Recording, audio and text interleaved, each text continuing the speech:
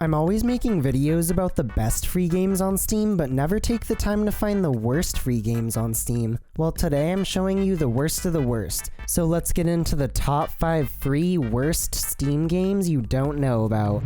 Mist of the Undead is a zombie survival game where you fight off endless rounds of zombies while buying upgrades, similarly to the Call of Duty Zombies series. Unlike Call of Duty Zombies, however, there's lots of problems with this one. The zombies glitch out whenever you shoot them.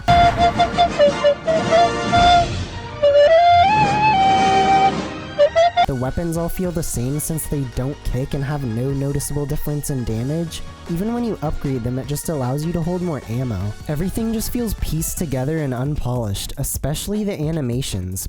You are watching a master at work.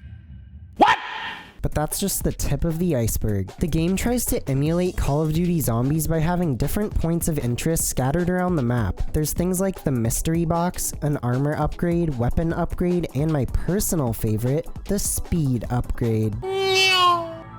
These all sound good in theory, but the speed upgrade completely breaks the game, not only because it's insanely easy to avoid the zombies since you're way faster and can bunny hop all over the map, but you can jump on top of a house and wait for all of the zombies to run up to you before killing all of them. With these upgrades, you never stood a chance. Hello there. If anything, the game was more of a test for my PC than my actual skills. Once you figure this out, all of the other systems in the game become next to useless. To make it all worse, the game will soft lock if there gets to be too many zombies on the screen, which is just the cherry on top of this masterpiece. If you're looking for a completely busted version of Call of Duty Zombies, then I recommend Mist of the Undead.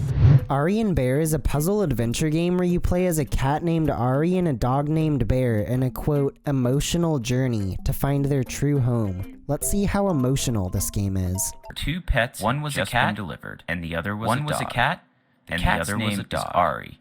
This is definitely one of the jankiest games I've played. Like, why is this the sound effect for eating and drinking? Are you feeling it now, Mr. Krabs? Anyways, you can switch between Ari and Bear to solve puzzles with their unique abilities. Bear can push things and unlock doors, while Ari has semi-useless night vision, can jump high, and my personal favorite ability, watch closely, the climb. You'll have to avoid being caught by the humans, but it's pretty easy considering they do this. I'm gonna be honest with you. I'm kind of retarded.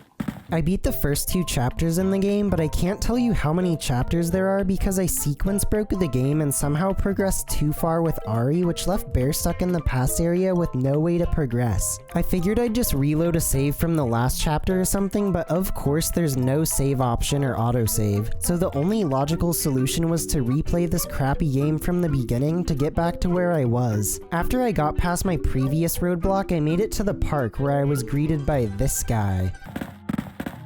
No! God, please, no! No! No! Why is his default animation humping? Why are we still here?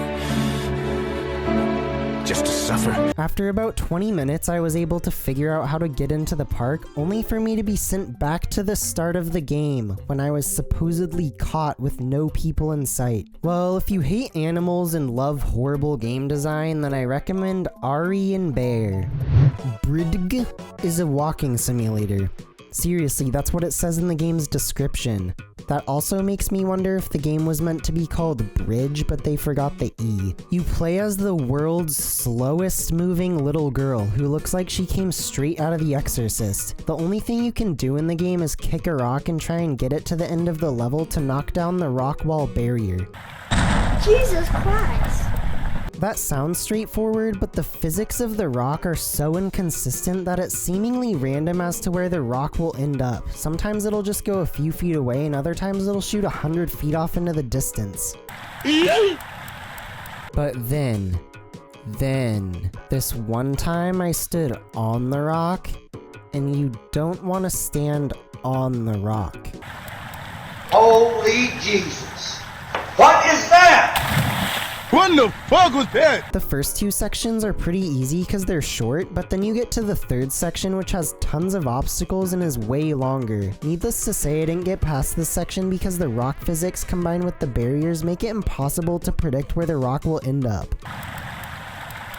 Bye, have a great time. The game is just insanely boring as well because of how long it takes to get back to the rock after you kick it. There's not even other controls, it's literally just WASD and you can zoom in and out the camera for some reason. If you're looking for a tedious game with horribly inconsistent physics, then I recommend Bridg. From the Grave is another zombie survival game where you fight endless waves of zombies. Essentially, it's Call of Duty Zombies, but without any of the things that make it good. Sound familiar? You know the drill. Stay alive as long as possible while killing zombies and buying new weapons. Now this is what I'm talking about. Where all you zombies come out to play. I kill zombies like a lion kills it. Shut up! The game controls fine enough, but it's so bland. The zombies don't make any noise, which is a major problem because they can just sneak up on you and hit you from behind without you even knowing until your character starts yelling. Also, why are these doors open but you can't go through them? So the zombies can go through them but you can't?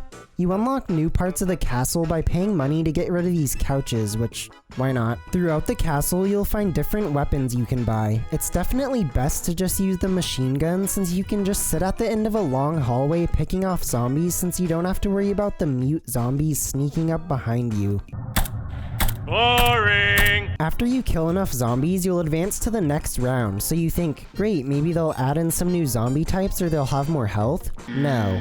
All that happens is there's more of them, which just makes the game more and more tedious the farther you progress. If you want to see what Call of Duty Zombies would be like without any depth, then I recommend From the Grave. Skyreach is an adventure kind of racing game where you have to build a path for your car to cross. You control both your car and the path creation, except the car controls like a boat and the path creation is inconsistent and slow. The concept is kinda cool, but the execution is horrible. The goal is to create a path to reach the big crystal at the end of the level while collecting tiny crystals along the way so you don't run out of time causing you to die. It wouldn't be so bad if the levels were clear and easy to follow, but you're never sure when something is going to kill you for seemingly no reason. Watch out, watch out, watch out, watch out! Okay. This leads to a lot of frustrating trial and error where a third of the time you die because the car controls sucks, a third of the time because of the inconsistent path placement, and a third of the time because some random thing falls and kills you. The level design is very unclear as to where you're supposed to go because there's no consistency to the world. Some objects fall while others just block your path. I managed to beat the game's 3 levels, but it was a frustrating slog of trial and error. If you're looking for a horribly controlling, unclear experimental game, then I recommend Skyreach. I know you want to see more bad games, so I've got 2 bonus games. That was cringe. Daddy, chill. Gasp is a first-person game where you play as a lone astronaut that crash-landed on a planet and they're trying to meet up with other astronauts from the crash. You have a limited amount of oxygen, so you have to walk to one of the points of unknown signal to see what's there. Once you decide which one you're going to, you walk. And that's it. The whole game consists of pressing W on the keyboard. It's a lot like Bridg, except there's nothing to interact with. I mean, there's falling asteroids, really? Falling asteroids, but they never actually hit you. To make things worse, once I wasted 10 minutes of my life getting to one of the points and tried interacting with it, nothing happened. My hopes weren't entirely crushed though, and there was another point not too far away, so off I went.